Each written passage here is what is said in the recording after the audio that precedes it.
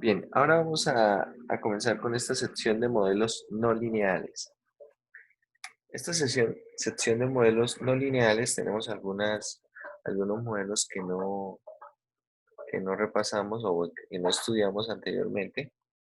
Por ejemplo, estos modelos de crecimiento poblacional, el modelo de reacciones químicas, ¿sí?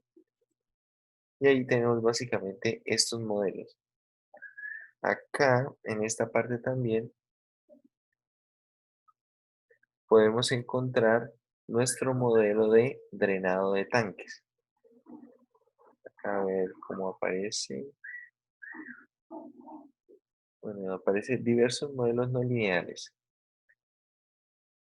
Anteriormente habíamos visto el modelo de drenado de tanques de la ley de Torricelli, ¿cierto? Que se establece de esta manera. Y si tiene una constante que es un factor de fricción-contracción, entonces esto va a estar multiplicado por esa constante aquí, toda la ecuación diferencial. Bien, entonces dentro de los tres modelos que vimos nosotros, recordemos que son ley de Newton, ley de enfriamiento de Newton, es un modelo lineal. Tenemos también mezclas, los problemas de mezclas, que es un modelo lineal. Y ahora tenemos la ley de Torricelli, que es un modelo no lineal. No lineal, pero estas ecuaciones se resuelven por variables separables.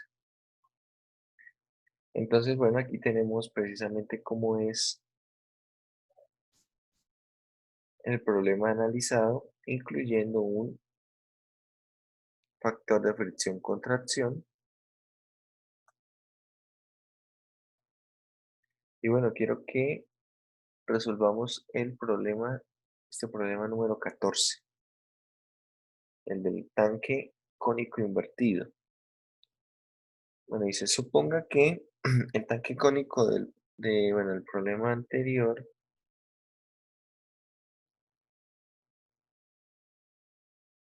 bueno, vamos a ver qué tanto se relaciona con el anterior, si no hacemos el anterior.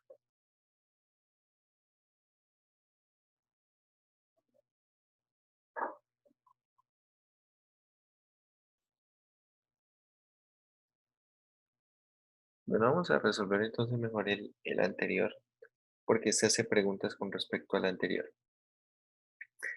Bueno, dice, un tanque en forma de cono cilíndrico recto lleno a tope, con vértice hacia abajo, es totalmente análogo al que hicimos ayer. Bueno, mejor hagamos este, pero hacemos otras preguntas. Hacemos otras preguntas, entonces voy a tomar solamente el dibujo, porque me interesa que veamos la geometría de este tanque, que va a ser diferente al del tanque cónico con el vértice hacia abajo.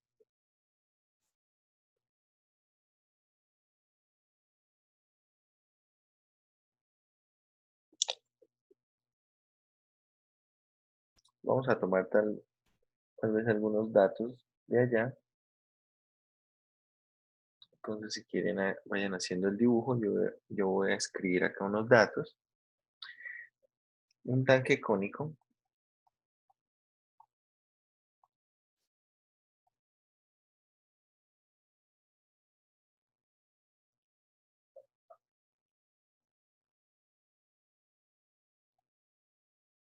con vértice hacia arriba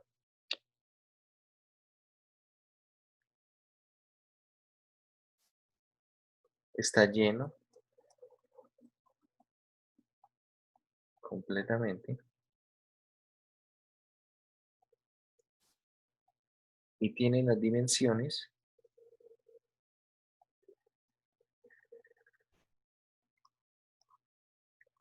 que se muestran en la figura.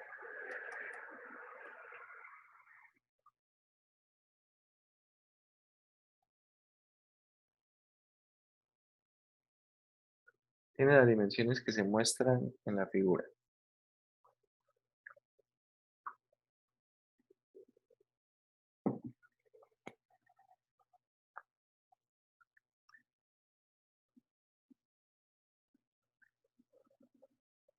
en el centro de la base del cono,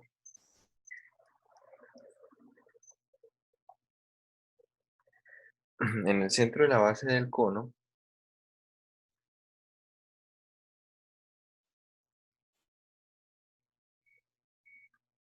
se abre un hueco,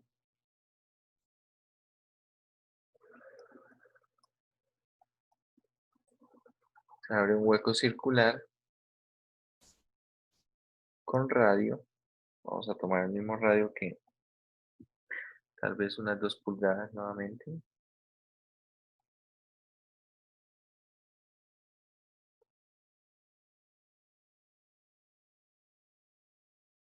Sí, 2 pulgadas. De radio, 2 pulgadas.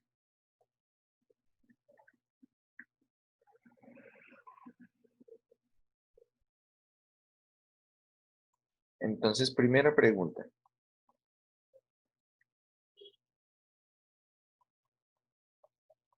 Halle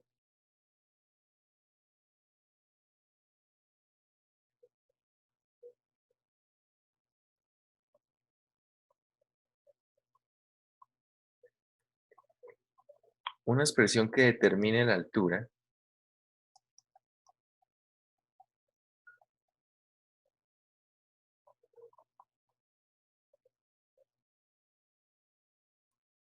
en todo instante de tiempo.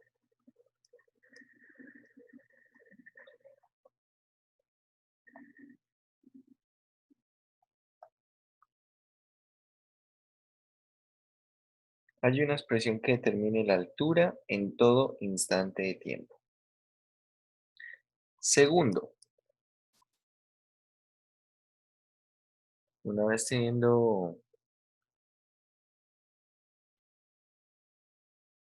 esta cantidad, esta expresión, vamos a preguntar cuánto tiempo es necesario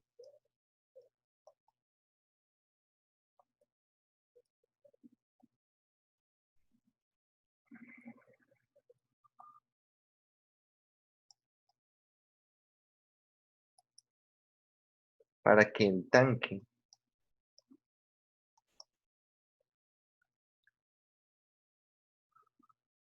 bueno, vamos a poner mejor, para que el tanque quede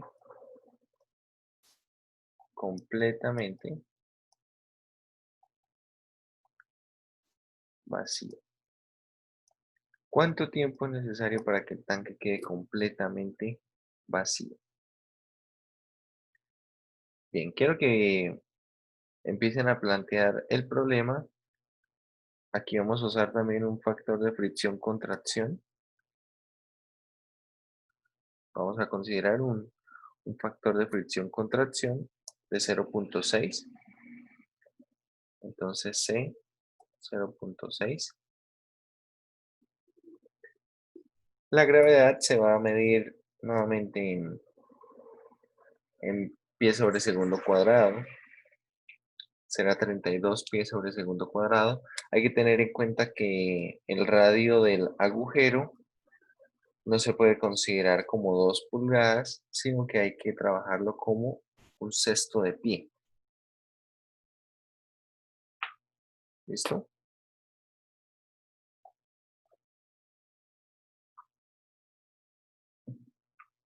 Bueno, a ver, quiero que lo planteen. Quiero que hallen los datos, el A sub H, el A sub W, planteen la ecuación diferencial. Ya la hacemos nosotros también. La hacemos ahorita entre todos. Importante acá plantear bien la ecuación diferencial que modele el problema para poderlo resolver.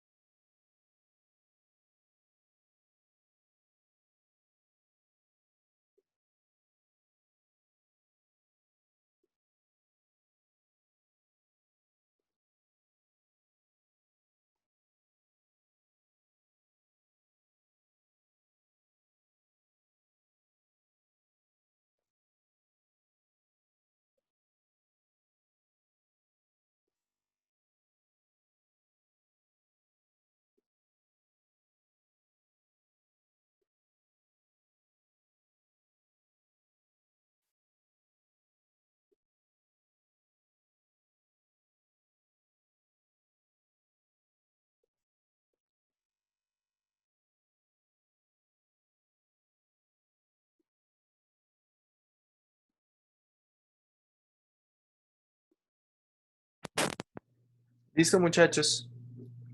¿Ya plantearon la ecuación diferencial que modela el problema?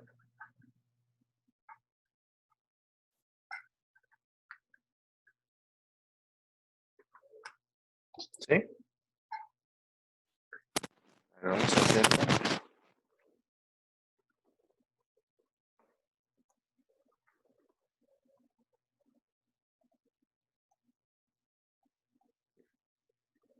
Como siempre acá, este modelo que establece la variación de la altura con respecto al tiempo será que, bueno, factor de fricción, contracción, el área de el agujero, acá tenemos el área de la superficie, el área superficial, y acá tenemos la raíz de 2 veces la gravedad por h.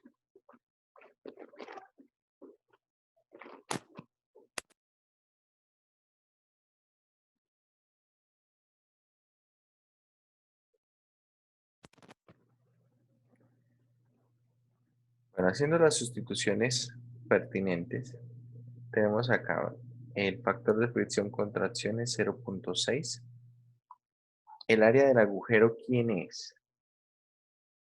¿Quién es el área del agujero de esa perforación? Como es circular, esto es pi por el radio al cuadrado. Es decir, es un sexto al cuadrado. Acá tenemos esto multiplicado por la raíz de 2 veces la gravedad, que será 64h. Y acá tenemos el A sub W. El A sub W que es el área superficial, ¿verdad? El área superficial tenemos aquí.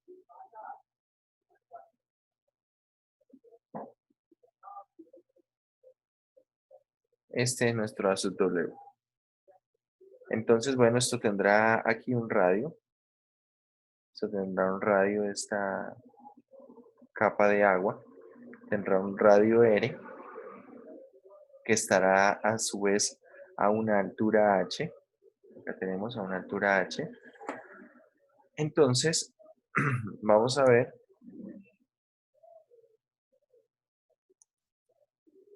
cómo queda el área de esa expresión. Queda pi por el radio al cuadrado. Vamos a hacer las cuentas que podamos hacer para dejar esto escrito de una forma más pulida y solamente nos queda pendiente averiguar cuál es el valor del radio, ¿verdad? Tenemos aquí, esto es menos, simplificamos el valor de pi, tenemos un sexto al cuadrado es un 36avo, un 36avo esto multiplicado por 0.6 y multiplicado todo esto por 8 que es la raíz de 64 nos arroja un valor de 2 quinceavos, 2 quinceavos del radio al cuadrado por la raíz de h. ¿Ven? Básicamente es la misma expresión que obtuvimos ayer en el otro problema, porque tenemos el mismo factor de fricción-contracción, el mismo, tiene el mismo radio, la parte de la fuga, la perforación como tal, pero ahora vamos a ver el radio. ¿Cómo hallamos el radio en este caso? Entonces, si vemos el cono completo,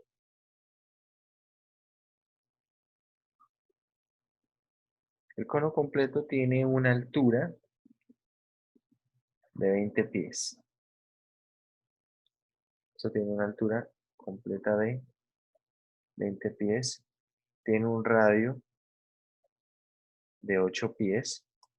Y veamos por acá cuando tengamos una cantidad de agua, cierto volumen de agua, entonces vamos a concentrarnos en este triángulo de la derecha, en este triángulo que va a quedar aquí en la derecha,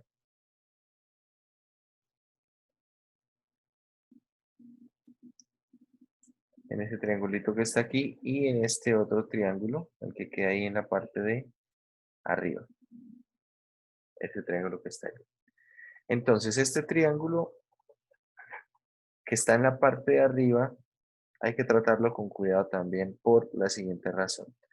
En esta parte de abajo tendrá un radio H, pero ¿cuál será la altura del triángulo? ¿Cuál será la altura de ese triángulo que está allí? 20 menos h. Perfecto. Entonces acá esto tiene un radio H, pero la altura es 20 menos H. ¿Sí? Tener en cuenta que todo esto de acá mide H. Por lo tanto, vamos a establecer la siguiente semejanza de triángulos. Acá tenemos 20 es a 8, por ejemplo, como 20 menos H es a R, ¿cierto? O 20 menos H es a R. Entonces, bueno, multiplicamos R a la izquierda y tenemos que, bueno, 20 octavos es 5 medios.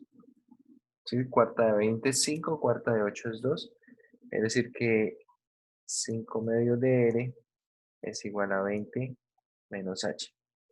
Y necesitamos despejar de ahí R. Es decir que esto todo estará multiplicado por 2 y dividido en 5. Tenemos 20 por 2 es 40, dividido en 5 es 8. Y acá tenemos menos 2 quintos de H. Ahora sí podemos continuar con nuestra ecuación diferencial. Continuando con nuestra ecuación diferencial, tenemos que la variación de la altura con respecto al tiempo es menos ¿quién? Menos 2 quinceavos y tenemos esta expresión acá. 8 menos 2 quintos de h al cuadrado y podemos escribir de una vez raíz de h en el numerador. Y listo, tenemos entonces nuestra ecuación diferencial que modela el problema de drenado de tanque.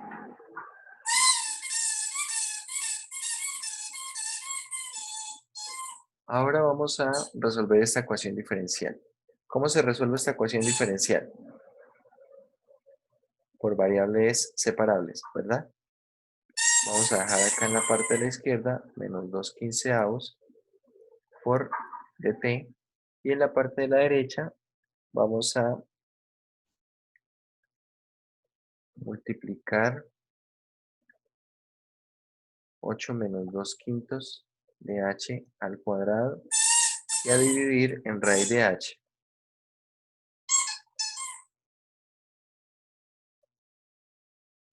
que es h a la 1 medio. Vamos a hacer las cuentas antes de integrar. Acá tenemos el cuadrado del primero es 64, dividido en h a la 1 medio, esto es 64 h a la menos 1 medio. El doble menos el doble producto. El doble producto sería menos 32 quintos, menos 32 quintos de h sobre h a la 1 medio, esto es h a la 1 medio, y quedaría más 4/25 4/25 de h cuadrado sobre h a la 1 medio, esto es h a la 3 medios, todo esto por el diferencial de h, y acá en esta parte tenemos menos 2 quinceavos del dt.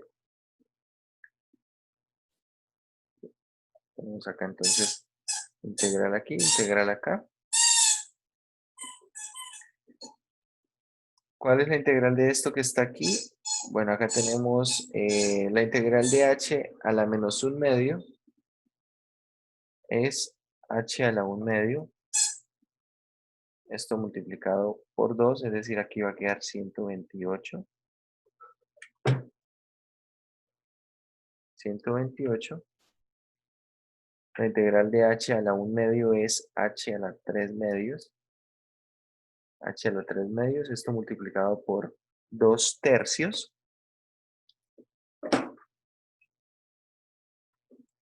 Eso multiplicado por 2 tercios.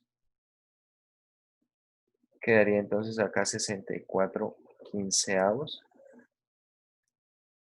Acá tenemos la integral de h a la 3 medios, es h a la 5 medios. A la 5 medios y queda multiplicado por 2 quintos. Entonces será 8 125 avos. Acá en esta parte tenemos menos 2 quinceavos de t, menos 2 quinceavos de t, más una constante de integración. Aquí hay que tener en cuenta una cosa, muchachos, y es que esto nos da una solución implícita del problema.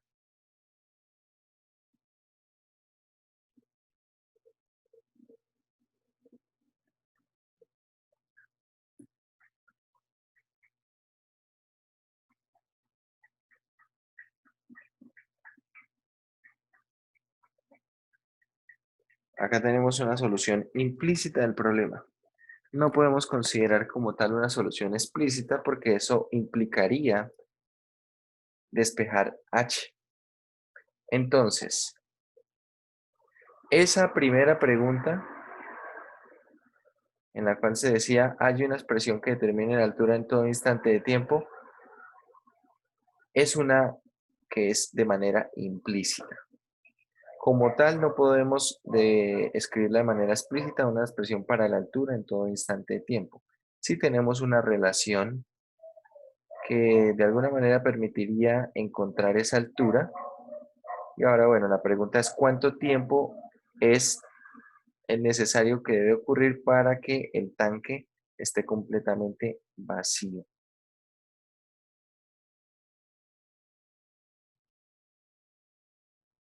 Bien,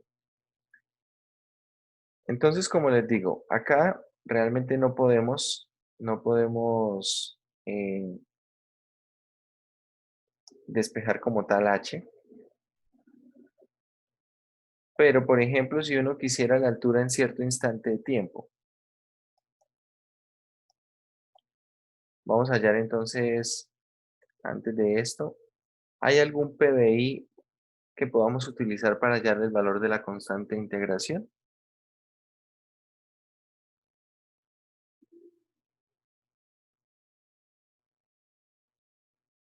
¿Sabemos alguna altura en algún instante de tiempo?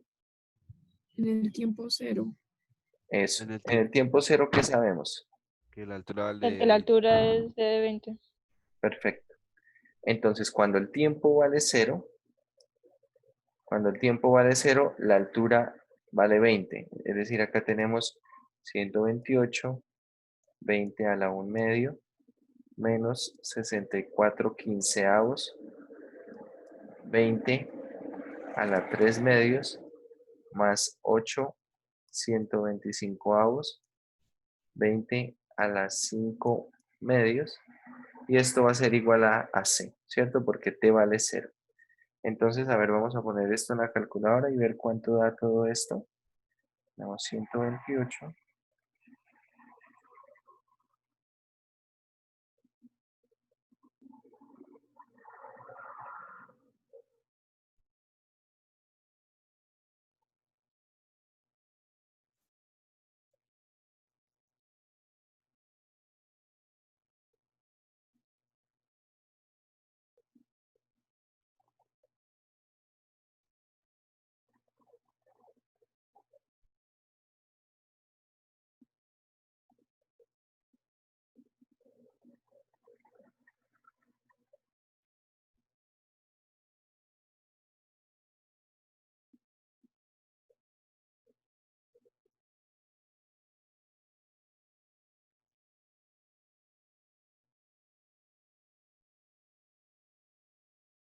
¿Cuánto les dio?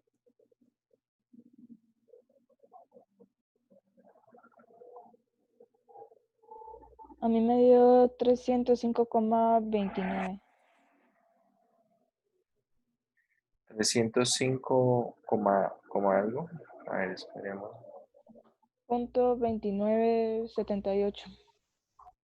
Me está dando una cantidad. A ver, A mí me dio 305,297.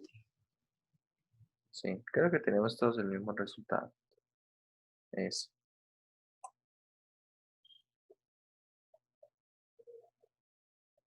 305,2978. Bueno, 145, vamos a dejarlo hasta ahí. Es el valor de la constante. Entonces, ahora sí podemos escribir una solución implícita de nuestro problema. 128, h a la 1 medio. 128 h a la 1 medio. Menos 64 quinceavos h a la 3 medios. Más 8 125avos h a la 5 medios. ¿Igual a qué? Igual a menos 2 quinceavos de t más 305,297. Esto que está aquí, ahora sí, es una solución implícita del problema.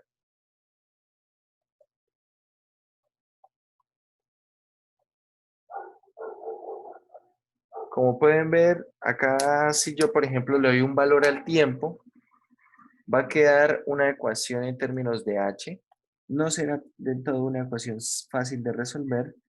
Este tipo de problemas se resuelve más utilizando métodos numéricos, métodos iterativos, para encontrar soluciones a problemas como el que se quedará planteado allí. Pero, por ejemplo, ¿será que podemos responder la pregunta de cuánto tiempo tardará para que el tanque se vacíe completamente? ¿Qué hacemos? eh, igualar h a cero, o sea, que h a cero porque ya no va a tener altura. Hacemos que h sea cero, ¿verdad? Entonces, ¿cuál es el tiempo para que el tanque se vacíe completamente? Hacemos que h sea cero. Y entonces encontramos que cero, todo esto va a dar cero. Cero será igual a menos 2 quinceavos de t más 305,297. Es decir, que 2 quinceavos de t es igual a 305,297. Y de esta manera el tiempo que le tardará, el tiempo que le tomará será el siguiente. 305,297 por 15, esto dividido en 2, esto será un tiempo de 2289,727. Esto es en segundos. En segundos precisamente por cómo están dadas las unidades de la aceleración, ¿cierto? Digamos que la aceleración es 32, la aceleración de la gravedad. La gravedad son 32 pies sobre segundo al cuadrado. Entonces esto tiene que ir en unidades de segundo. Cuando la altura es 0 pies, que consideramos que el tanque se ha vaciado, tenemos que el tiempo es esta cantidad de segundos, que bueno, podríamos pasarla a minutos, a horas. Pero yo creo que sería incluso mejor dejarlo en segundos por las mismas unidades de el problema. ¿Alguna pregunta con respecto a este ejercicio, muchachos?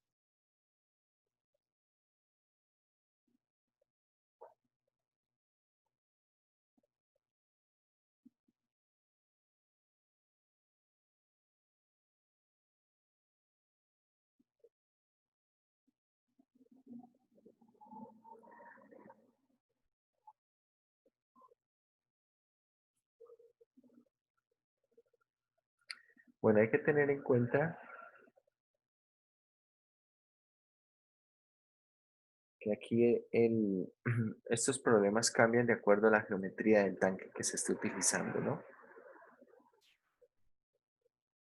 Cambian de acuerdo a la geometría del tanque que se esté utilizando. Hay preguntas en las cuales se puede tener de pronto un tanque que es un cubo, otro que sea un cilindro, conos como los que trabajamos el día de ayer y el día de hoy, tanto conos con vértice hacia abajo como conos con vértice hacia arriba, pero siempre vamos a tener que calcular básicamente los mismos datos. El área superficial, que es en la que vamos a tener que trabajar un poco más, el área del agujero o la perforación, en ese habrá que tener mucho cuidado con el tema de las unidades, habrá que tener cuidado con el tema de las unidades, y bueno, ya lo que queda es resolver la ecuación diferencial y trabajar con eso. Bien. Bueno, vamos a continuar entonces de la parte de los modelos no lineales. Nosotros vamos a trabajar con tanques, solamente con tanques. Acá hay algunos problemas más de tanques. Entonces, de drenado de tanques.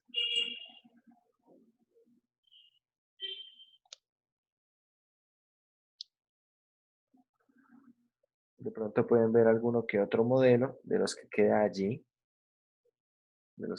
planteado en los ejercicios. O si hay algún modelo en específico que sea de su interés, pueden estudiarlo y si tienen dudas me preguntan. ¿Bien? Por ahora el único modelo que vamos a dejar pendiente es el modelo que aparece aquí como lineal, que es el modelo de circuitos.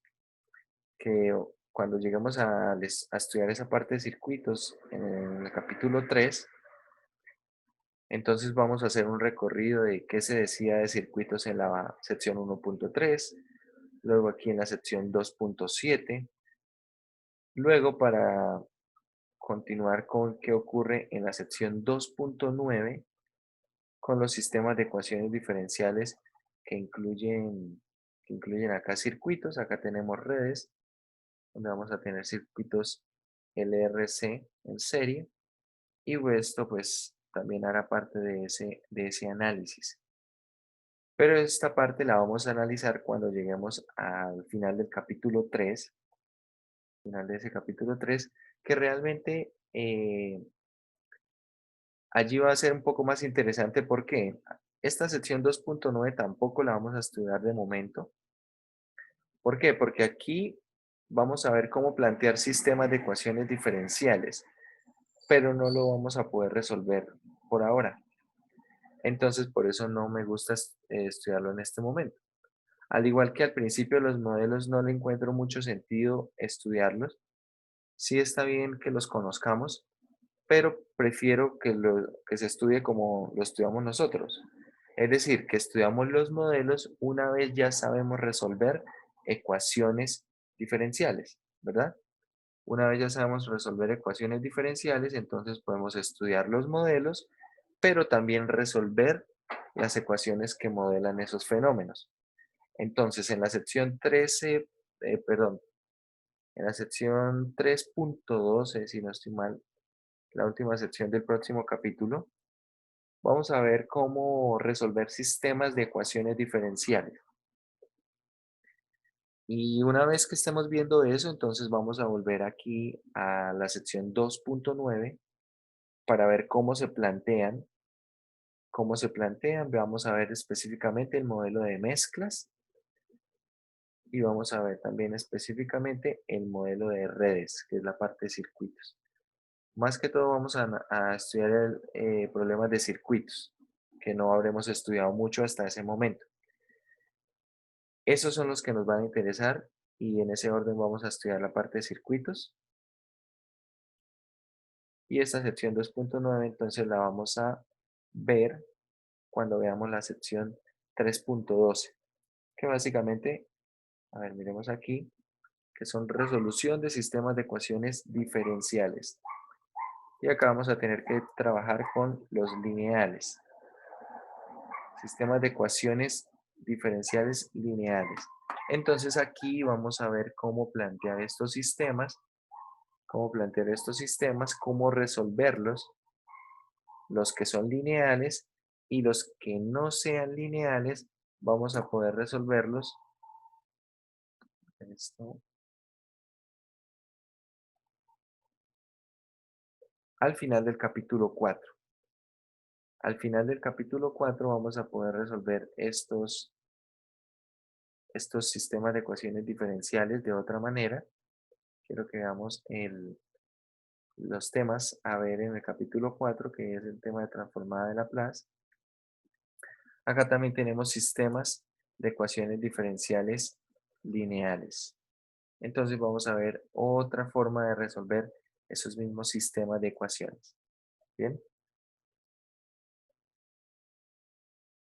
Bueno, vamos a volver entonces.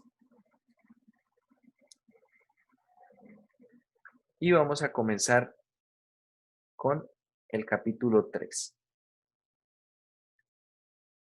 Con respecto al segundo examen, bueno, yo les había dicho, el primer examen va hasta la sección 2.5. Con respecto al segundo examen, el segundo examen tiene que ver con esta parte que vimos de modelos, ¿sí? Recuerden que nos vamos a centrar en 3 modelos. ¿Cuáles son esos modelos? ¿Me los recuerdan?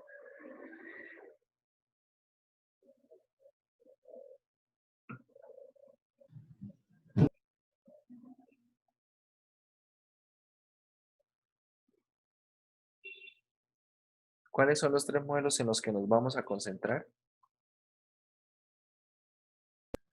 Ley de enfriamiento de Newton, mezclas y drenado de tanques. Perfecto.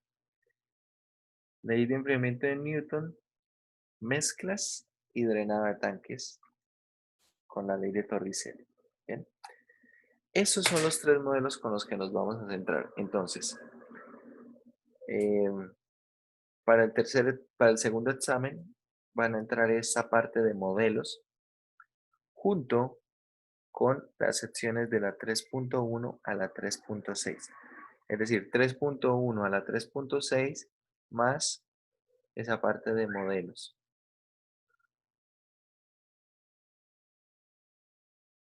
Esos 3 modelos. ¿Sí?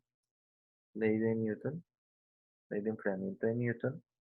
Segundo, mezclas. Y tercero, drenado de tanques, ley de Torricelli.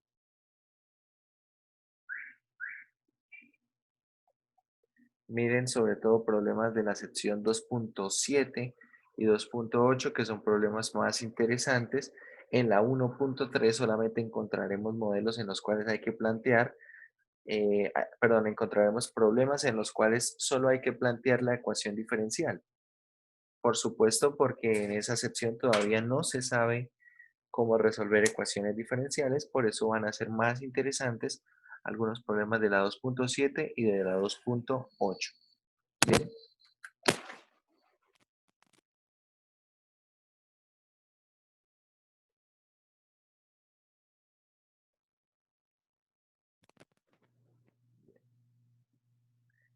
Entonces vamos a empezar con esta teoría de ecuaciones lineales. Al principio, estas secciones son bastante teóricas. Yo les recomiendo que vayan haciendo un resumen de esta parte teórica en su cuaderno de apuntes. Acá vamos a empezar con la teoría de ecuaciones lineales. Y vamos a volver a la definición que habíamos dado antes. De hecho, como dice acá, se dio una definición en la sección 1.2 de lo que es un problema de valor inicial para una ecuación diferencial lineal de enésimo orden. Aquí tenemos la ecuación diferencial lineal, ¿cierto? Recuerden que para ser lineal debe ser una combinación lineal de lo que serán las derivadas de enésimo orden junto con la función. Los coeficientes ahora son, antes también, los coeficientes aquí son funciones que dependen exclusivamente de x y acá tenemos una función que también depende exclusivamente de x. Para que se considere un problema de valor inicial de enésimo orden, si tengo una ecuación diferencial de enésimo orden, tengo que tener n condiciones iniciales. Las condiciones iniciales son impuestas desde la función hasta la derivada de orden n-1. Y para que sea problema de valor inicial, tiene que ir todas evaluadas en el mismo valor. ¿Sí? Todas las condiciones con respecto al mismo valor. Bueno, esto lo habíamos visto en la sección 1.2, entonces vamos a trabajar con este tipo de ecuaciones diferenciales. Aparece entonces nuestra versión del teorema de existencia y unicidad, pero ahora en una ecuación diferencial de orden n. En la sección 1.2 tenemos el teorema de existencia y unicidad, pero para ecuaciones diferenciales de primer orden. Entonces aquí, para garantizar la existencia y unicidad de una solución a un problema de valores iniciales, tenemos que tener en cuenta las siguientes condiciones. Entonces, digamos que a sub n menos 1, es decir, los coeficientes de esa ecuación diferencial lineal y la función g de x son todas continuas en un intervalo i. Vamos a suponer que son todas continuas en un intervalo i y que a sub n es diferente de 0, para todo x en ese intervalo. Entonces, si x es igual a x sub 0, donde estará definido un PBI, si x igual a x sub 0 es cualquier punto en el intervalo, entonces en el intervalo existirá solución única para el problema de valores iniciales planteado. Hay que tener en cuenta entonces qué se necesita para que un PBI tenga solución única en este tipo de ecuaciones diferenciales. Veamos. Tenemos ahí un PBI de enésimo orden y lo que queremos es analizar lo siguiente. Estas funciones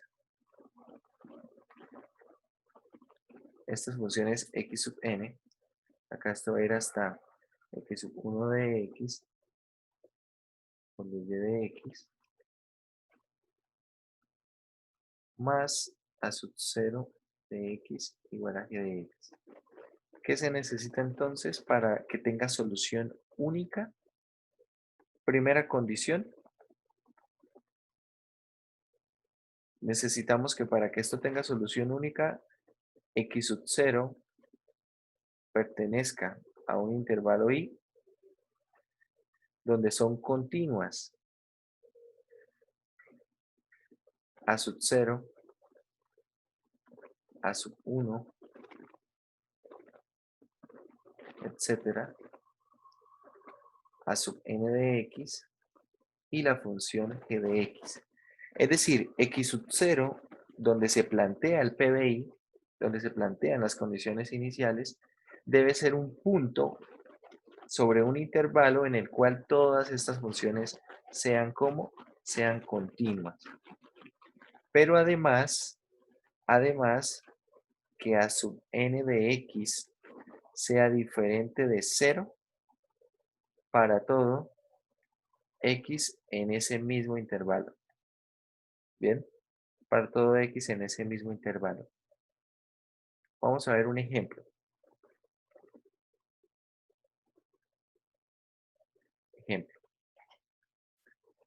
Considere la ecuación diferencial ordinaria de orden 2 y vamos a poner la siguiente ecuación. Tangente de x por y segunda menos la secante de x por y prima más seno de x por y igual a coseno de x. Por ejemplo, vamos a considerar esta ecuación diferencial de orden 2. Determine primero determine una región del plano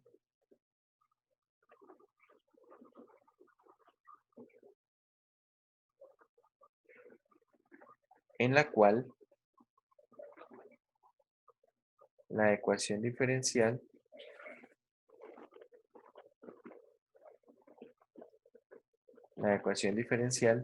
tenga solución única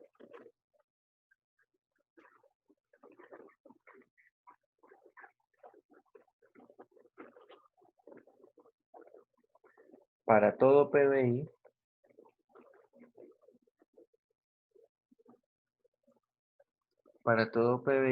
planteado sobre ella.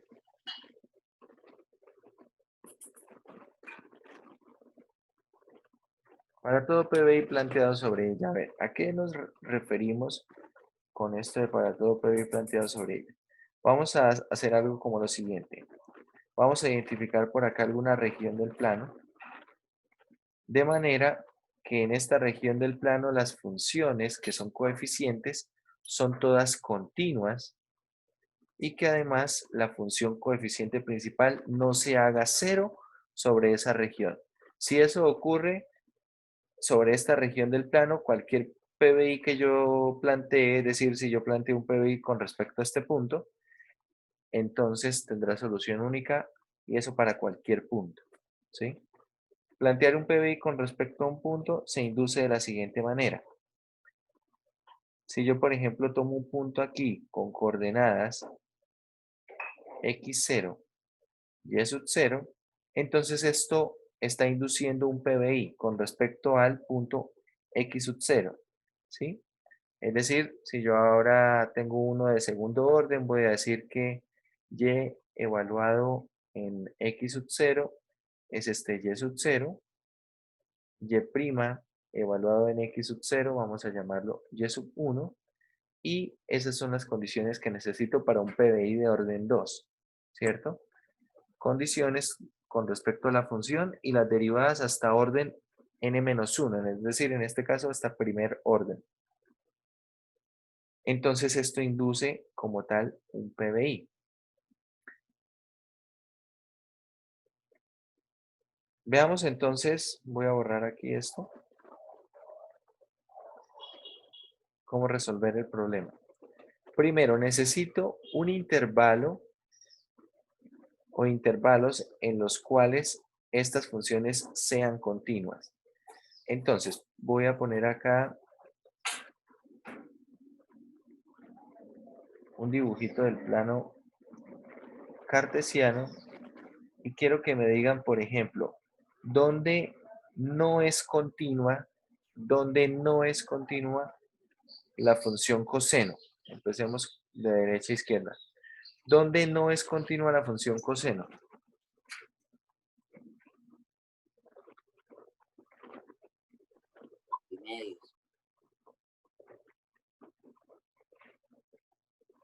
¿Coseno no es continua en pi medios?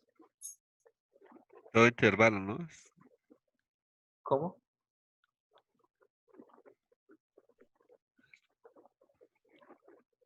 La función coseno es continua en los reales.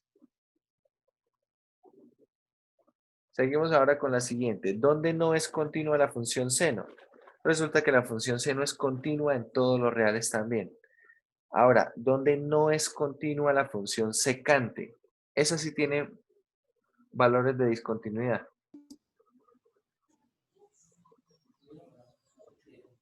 Ahora vamos escribiendo por aquí. Coseno de x, seno de x, continuas. Van a ser continuas en los reales. ¿Dónde no es continua la función secante? En pi medios. Por ejemplo, en pi medios, ¿dónde más? Sería pi medios más pi por k por una constante porque se repite. Por ahí escuché levemente que alguien habló, pero no se escuchó qué dijo. Bueno, tienen que repasar un poco de eso, ¿no? Vamos a poner por aquí pi medios. La función secante, secante es 1 sobre coseno, ¿verdad?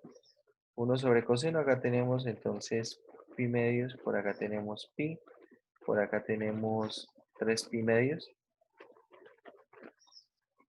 por acá tenemos 2 pi, por acá tendremos 5 pi medios, y así sucesivamente. De este costado tenemos por aquí menos pi medios, menos pi, menos 3 pi medios,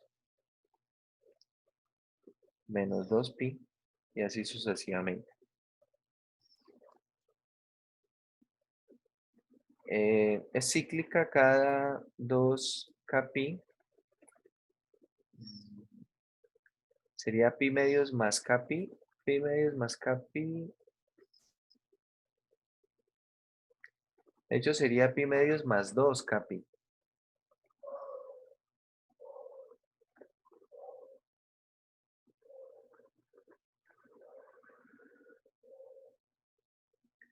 Sería pi medios, bueno, sí. O pi medios más k por pi, o pi medios más 2k por pi y menos pi medios más 2k por pi. Bueno. Esta función secante no es continua. Voy a poner acá unas líneas con rojo. No es continua ¿dónde? Por ejemplo, en pi medios. Ahí es discontinua. ¿Dónde también es discontinua? En 3 pi medios. También aquí en 5 pi medios. Es decir, que estos valores tengo que excluirlos como tal, porque, por ejemplo, no puedo tomar ningún intervalo que incluya, por ejemplo, a pi medios. Si yo tomo el intervalo de 0 a pi, no me sirve. ¿Por qué? Porque la función secante no es continua de 0 a pi. Es decir, que estos puntos de discontinuidad están separando todo el plano cartesiano en diferentes regiones. Bien, está separando esto en diferentes regiones. ¿Dónde es continua la función secante? Resulta que la función secante es continua en los mismos valores. Y es discontinua en los mismos valores. ¿Por qué? Porque secante es seno sobre coseno. Perdón, secante es 1 sobre coseno y la tangente es seno sobre coseno. Entonces la tangente tiene los mismos puntos de discontinuidad que la secante. Y es cuando coseno se hace 0. Por lo tanto, cuando analizamos puntos de discontinuidad para la secante y para la tangente, obtenemos los mismos. ¿Qué otra cosa necesitamos ver? Entonces, esto me está separando el plano en diferentes regiones. Esto que está aquí en rojo son valores de discontinuidad para la tangente de X y para la secante de X. Para la tangente y para la secante. ¿Qué otra cosa necesitamos en ese teorema de existencia y unicidad? Necesitamos que el coeficiente principal no sea 0 en ese intervalo. Entonces, si nosotros observamos, el coeficiente principal es la tangente. La tangente, ¿dónde se hace 0?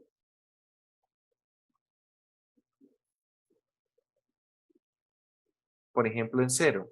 ¿Estamos de acuerdo? Sí. Se hace 0 en 0. Por lo tanto, tengo que excluir el 0. Pero no es el único valor donde se hace 0. Se hace 0 donde también en pi. Se hace 0 en 2 pi. Profe, qué pena, es que le escucho entrecortado. ¿Esas líneas amarillas de qué son? Donde se hace 0 la tangente. Donde se hace 0 la tangente. ¿Por qué estoy mirando dónde se hace 0 la tangente? Porque para el teorema de existencia de unicidad necesito que el coeficiente principal, es decir, quien acompaña la derivada de mayor orden, no sea 0 en el intervalo que vaya a escoger. Y resulta que la función tangente se hace 0, en pi, en 2pi, en menos 2pi, es decir, en todos los múltiplos de pi. Entonces, estas líneas amarillas que estoy poniendo aquí son valores donde tangente de x es igual a 0. Dicho esto, ahora sí ya tengo todo el plano dividido en un montón de regiones para los cuales voy a tener garantía de solución única en cualquier PBI.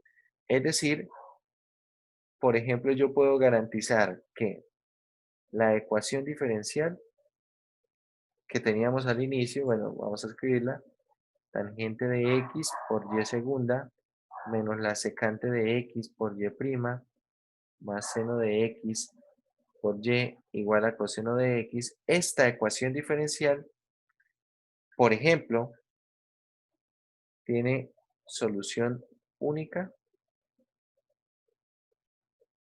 para todo PBI planteado,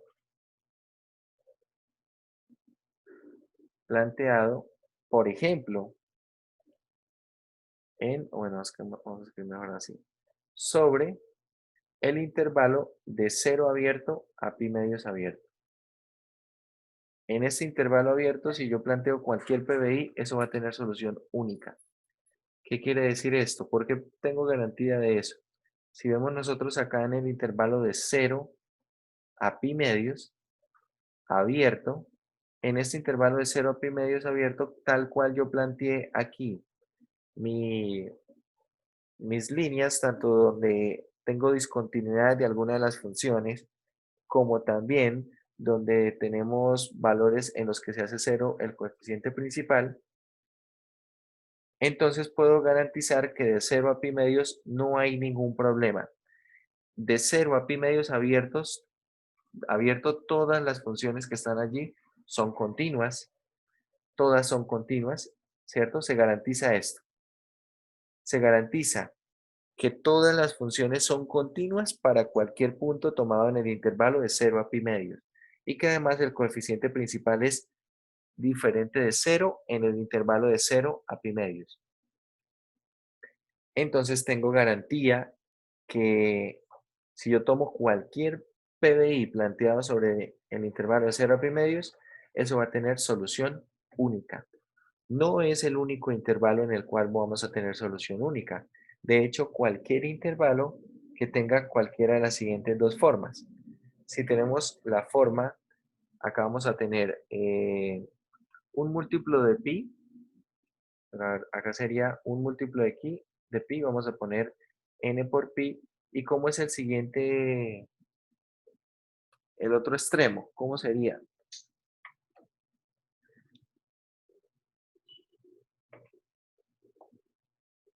Acá sería la forma 2k más 1, perdón, 2k menos 1 por pi sobre 2. Por ejemplo, si, a ver, miremos.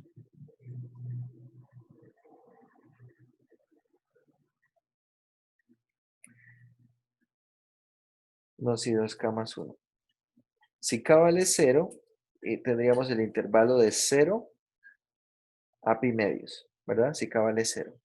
Si k vale 1, tendríamos el intervalo de pi a 3 pi medios, que también tenemos ese intervalo.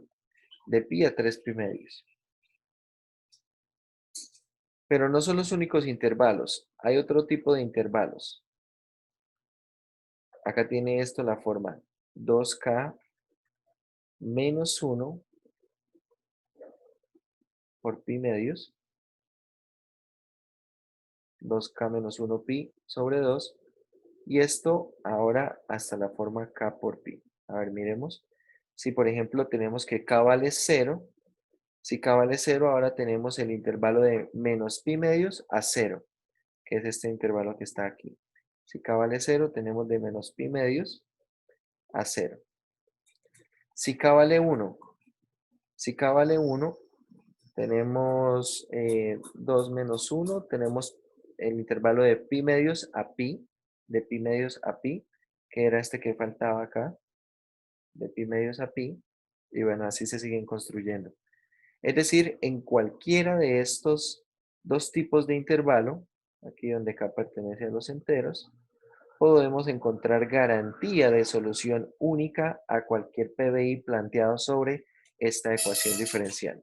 Esto simplemente haciendo el análisis de quién, de las funciones coeficientes, es decir, del coeficiente principal de la ecuación diferencial, que en este caso es la tangente, que necesito sobre esa función que sea diferente de 0 sobre el intervalo que escojo, y de todas las funciones coeficientes, incluida la principal, que sean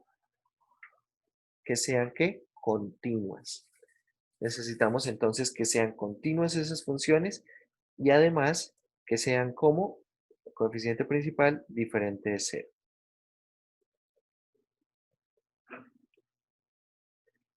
Entonces, a ver, quiero que planteen una región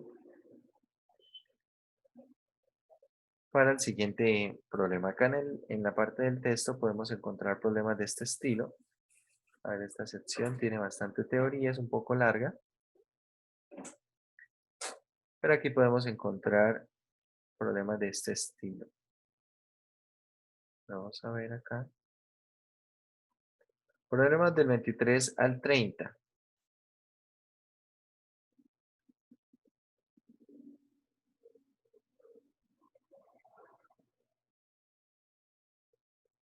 A ver, del 23 al 30 y se verifique si...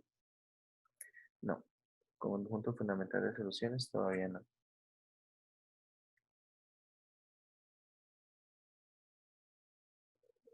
Bueno, no hay ningún problema que me llame la atención. Vamos a buscar entonces en los exámenes.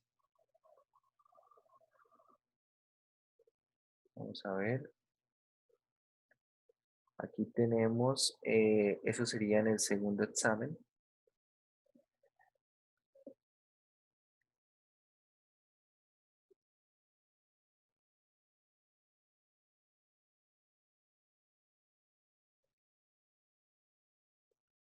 Vamos a ver si hay algún problema de ese estilo.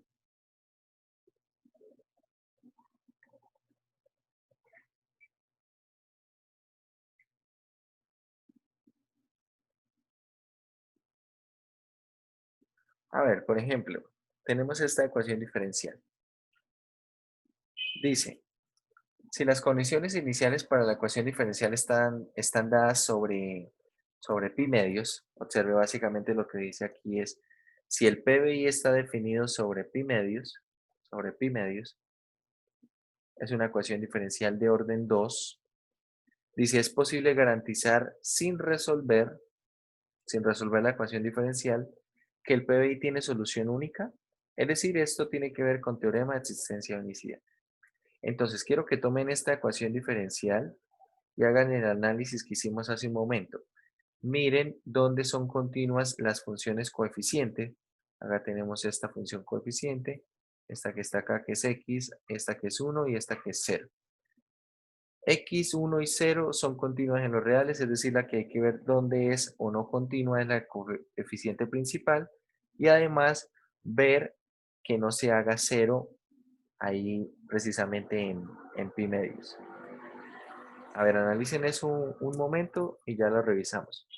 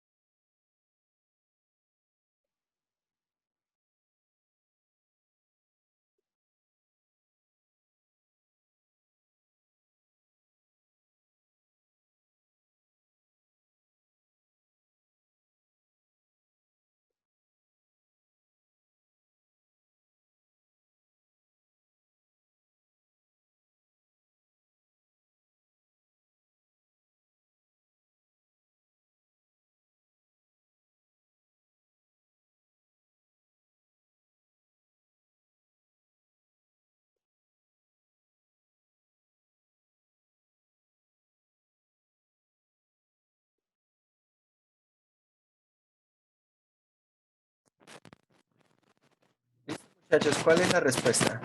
¿Si es posible garantizar que ese PBI tiene solución única o no?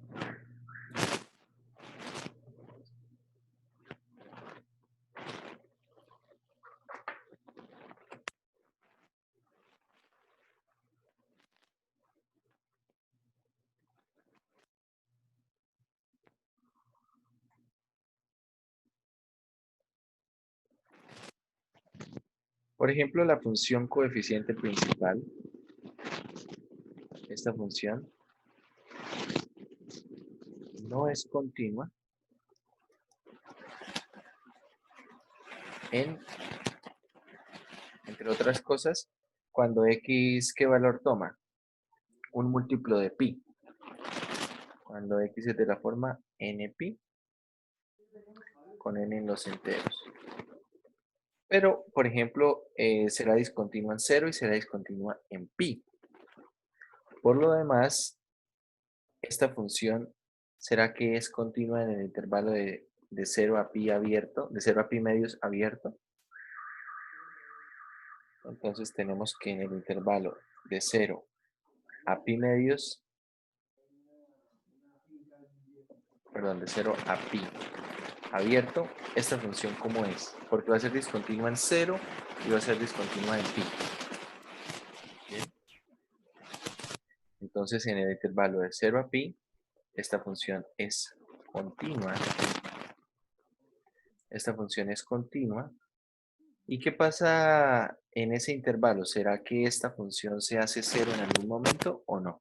¿Qué dicen ustedes? Cuando el coseno es cero, ¿no? Cuando el coseno es cero. No. Cuando la Pero si Pero el coseno es 0, queda x uno. valdría pi medios y seno valdría 1, y entonces toda la función valdría 1. No en ningún momento por el X se acompaña el coseno, ¿no? Si no tuviéramos ese x que acompaña el coseno, tendríamos en donde en pi cuarto, ¿cierto? Ujú, sí, señor. Que es donde seno y coseno son iguales. Donde seno y coseno son iguales. Entonces, bueno, esto para, para analizarlo tal vez tendríamos que hacer algunas otras cosas, ver si eso tiene solución igual a 0 o no, pero bueno, podríamos convencernos que no tiene una solución igual a 0 en el intervalo de 0 a pi. Aprovechando aquí que tenemos nosotros GeoGebra, vamos a mirar aquí en GeoGebra.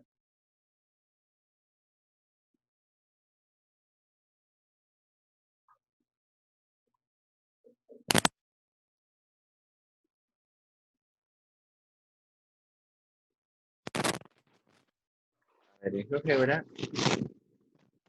siguiente comparación. Y igual a seno de x. Y tenemos y igual a x coseno de x. Ahora hay que ponerle un por. Ahí está. Entonces, ¿dónde son iguales esas dos funciones? Veamos. Solo en cero. Entonces, entre 0 y pi, pi es 3,14. Ahí podemos ver que estas funciones son iguales solamente en el 0, ¿cierto? Acá en un comportamiento asintótico, una con la otra, pero solamente son iguales en el 0. ¿Bien? Son iguales solamente en el 0. Entonces eso refuerza lo que habíamos dicho anteriormente. Esta función es continua y no nula. Bueno, en este intervalo, la función es continua y no nula. No se hace 0 en ese intervalo. Por lo tanto, en pi medios que pertenece a este intervalo, en pi medios se puede definir cualquier PBI y eso va a tener solución única. Es decir, esto efectivamente tiene solución única para ese PBI que se está planteando ahí. Y observen, muchachos, que acá no se está diciendo cuál es el valor de y sub 0 y y sub 1. Bien, no depende de estos valores, no depende de estos valores. Acá tranquilamente estos valores podrían ser cualquier valor, y tendríamos que eso tiene solución única para cualquier escogencia de esos valores. Esa es la potencia o la fuerza que tiene este teorema de existencia y unicidad. De hecho, bastante útil. ¿Por qué? Estos teoremas de existencia, y sobre todo los teoremas de existencia, son importantes en muchos campos, en las matemáticas también. ¿Y por qué resultan ser importantes? Porque en algunas ocasiones a nosotros nos gustaría saber si la solución de un problema existe antes de darnos a la tarea de encontrarla. Bien, ¿qué tal que de pronto eso no tenga solución y nosotros estemos en la tarea de encontrarla? Estemos en la tarea de encontrarla. Bueno, en uno de los videos que les envié ahí en esa actividad para el día lunes, encontrarán un video sobre el último teorema de Fermat. Ahí más o menos podemos ver un ejemplo de un problema del cual no se tenía información sobre si tenía o no tenía solución. No se sabía si tenía o no tenía solución al problema que había planteado Fermat en el margen de uno de sus libros. Entonces, ¿cuál era el detalle ahí? Que como no se sabía si existía o no esa solución, la única opción para averiguarlo era tratar de encontrar esas soluciones para ver que el teorema de pronto era mentira, o simplemente seguir con el proceso y ver que se encontraban cada vez valores que no cumplían con ese resultado del teorema de Fermat. Ahí lo verán en el video. No les quiero hacer spoilers. Entonces, en algunos casos a nosotros nos va a interesar saber si la solución a un problema existe antes de darnos a la tarea de resolverla, antes de darnos a la tarea de encontrar dicha solución. Bien, por eso es importante este teorema de existencia y unicidad que nos describe cómo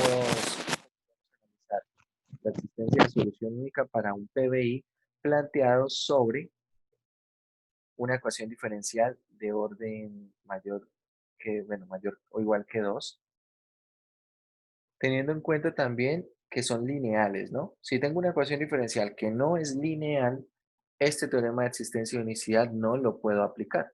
No lo puedo aplicar. Bueno, acá hay algunas funciones un poco más sencillas.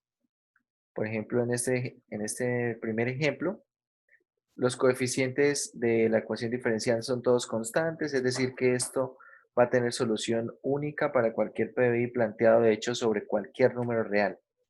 Entonces, si tiene solución única para un PBI planteado en 1, sí, tiene solución única.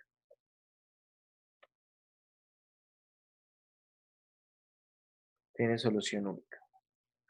Vamos a hablar ahora de los problemas de valores de frontera. Los problemas de valores de frontera son problemas más delicados. A ver, de momento nosotros tenemos una ecuación diferencial ordinaria de enésimo orden. De enésimo orden. Y además que sea lineal. Si tengo una ecuación diferencial ordinaria de enésimo orden, lineal, y a esto le agrego problemas de valores iniciales, es decir, vamos a poner así, condiciones iniciales sobre un valor, el teorema de existencia y unicidad me dice cuándo tiene solución única y cuándo no puedo contar con ella. Bien, pero ¿qué pasa? Si en lugar de esto yo no le agrego condiciones iniciales, sino le vamos a agregar algo que se llamarán condiciones de frontera,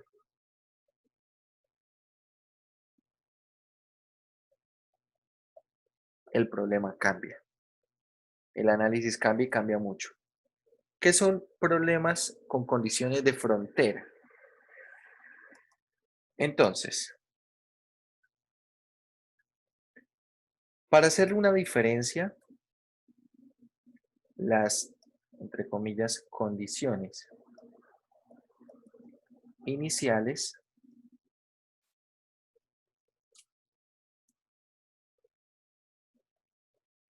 son relaciones establecidas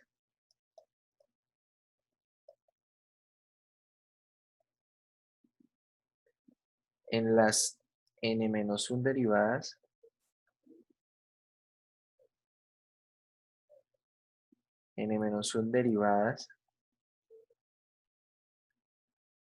de y, en las n-1 derivadas de y, en un mismo valor.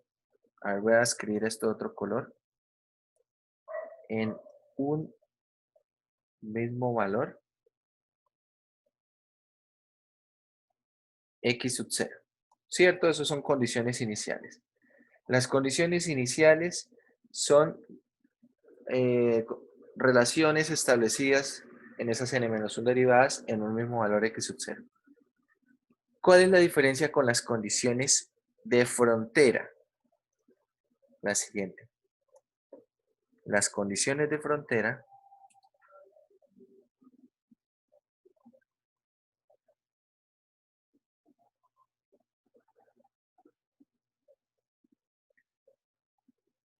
son relaciones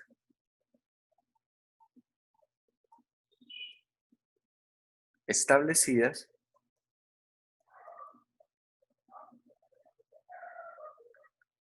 en las n-1 derivadas de y en,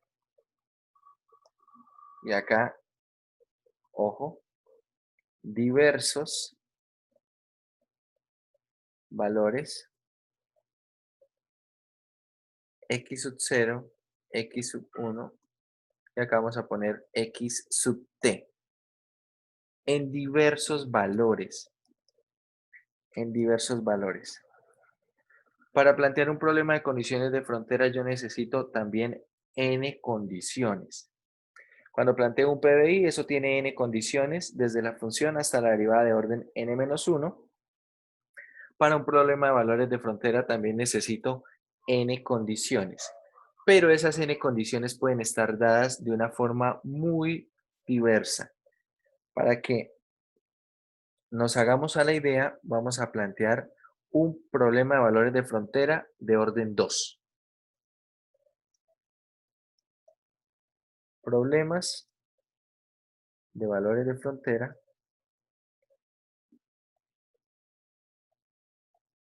en adelante simplemente esto se llamará PBF de orden 2.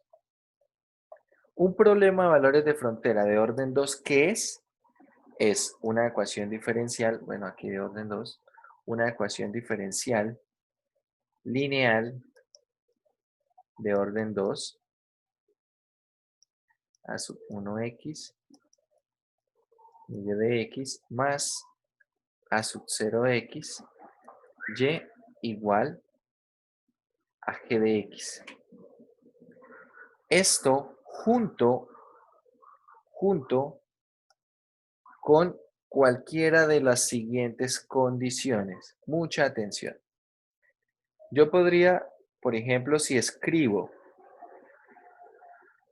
y evaluado en x sub 0 y esto le llamo y sub 0 y escribo y' evaluada en x sub 0 igual a y sub 1, ¿esto qué es? Un PBI, un problema de valores iniciales, ¿sí? Entonces, ¿qué es un problema de valores de frontera?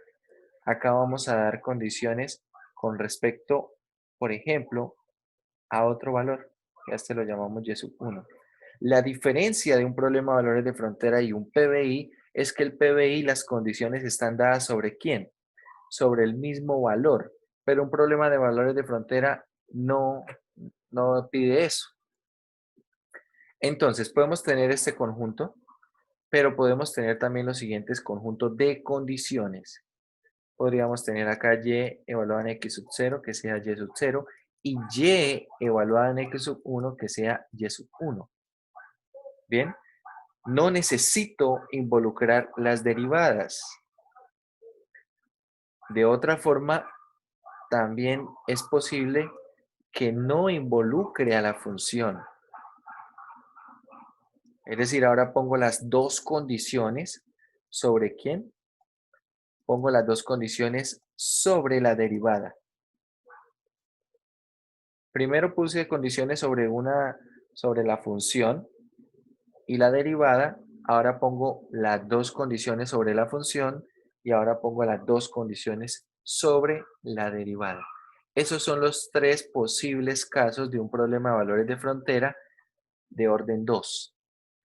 Necesito dos condiciones, pero entonces las condiciones no necesito darlas en términos ni del mismo punto, acá lo estamos viendo, y tampoco necesito darla en términos de quién, de lo que sería las funciones, la derivada y así sucesivamente. No, puedo dar todo en términos de la función, todo en términos de la derivada. Bien, y de hecho, eso es solamente uno de orden 2. Ahora imagínense un problema de valores de frontera de orden 3. ¿Cuántos posibles conjuntos saldrán?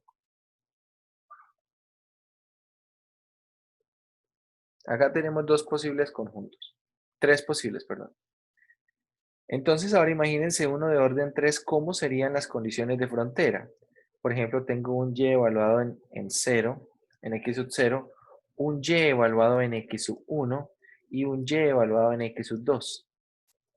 Cada uno esto siendo y0, y1, y2. Para un problema de valores de frontera de orden 3.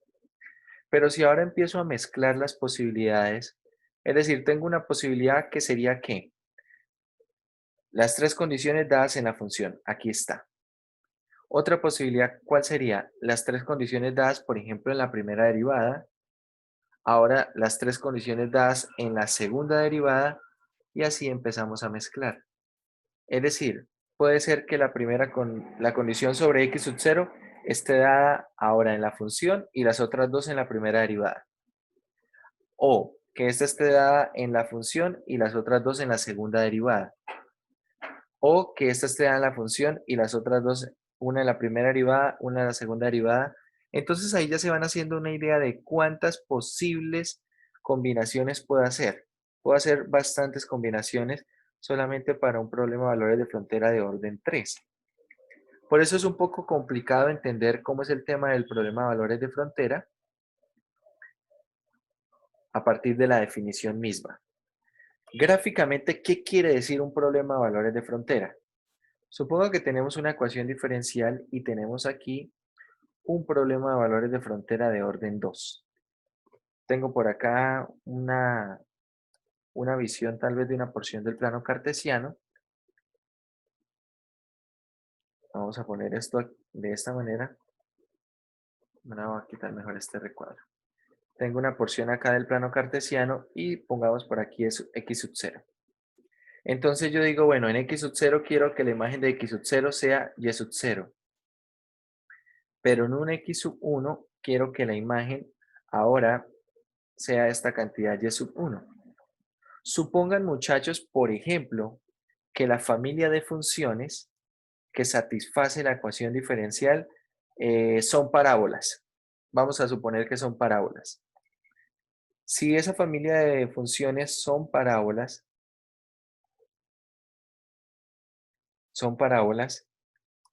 y yo solamente pusiera una sola condición inicial que pase por x sub 0 y y sub 0, bueno, tal vez acá podemos poner, si son parábolas que son desplazamientos, es decir, supongamos que la solución general es de este estilo, para decir algo.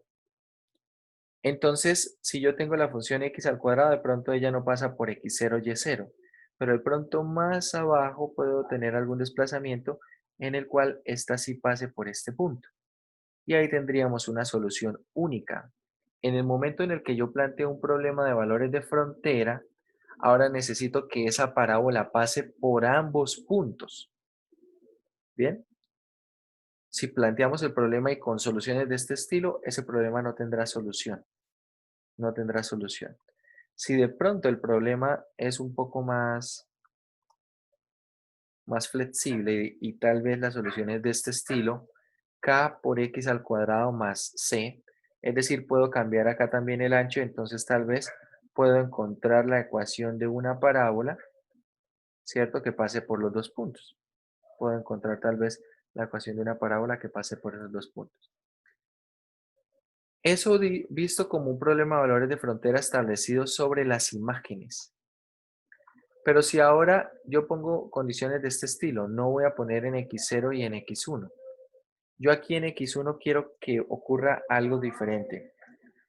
Quiero que y evaluado en x0 sea y0, pero que y evaluada en x1 sea otra cantidad, y1, y por ejemplo que eso sea negativo.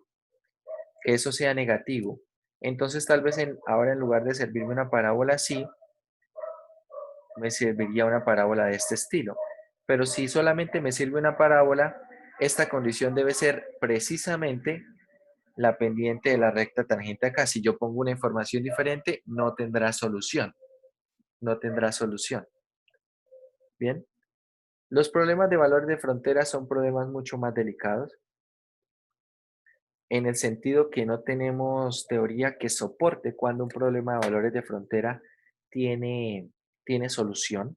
No tenemos teoría que sustente eso.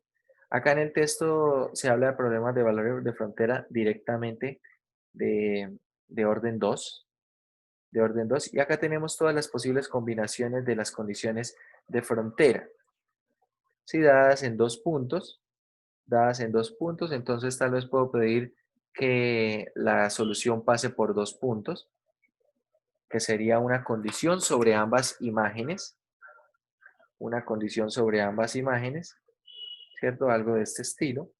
Pero también podría pedir de pronto que pase por este punto y que en este otro punto tenga de pronto una cierta pendiente de la recta tangente. Entonces ya sería algo más de este estilo. Bien. Bueno, y ahí tenemos la interpretación de todas las condiciones. Un problema de valores de frontera de orden 3 ya tiene muchas más combinaciones y eso complica, de hecho, solamente eso se vuelve un problema complicado. ¿Cuántas posibles opciones hay para un problema de valores de frontera de orden n? Es calculable, eso se puede contar.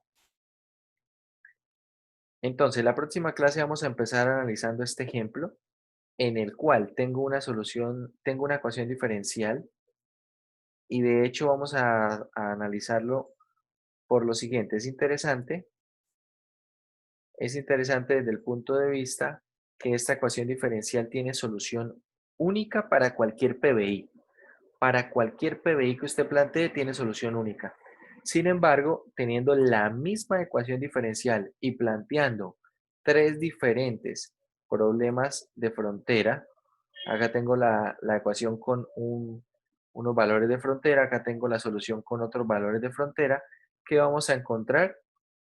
Que por ejemplo en el primer caso, ese problema de valores iniciales tiene infinitas soluciones. En el segundo caso, tenemos que ese PBF tiene solución única, pero con la misma ecuación y cambiando una vez más las condiciones de frontera, ahora tenemos que esto no tiene solución. Es decir, que la solución a un problema de valores de frontera no depende de la ecuación diferencial. Acá vamos a ver en este ejemplo, si quieren lo pueden ir leyendo, en la página 99, ejemplo 3. Para la misma ecuación diferencial, este problema de valores de frontera depende cómo estén dadas las condiciones de frontera, puede o tener infinitas soluciones, o solución única, o no tener solución. Esto nos va a mostrar la dificultad de trabajar con problemas de valores de frontera. A priori no podemos saber si tiene o no tiene solución. No podemos saber eso. Bueno, muchachos, sería entonces todo por hoy, todo por esta semana.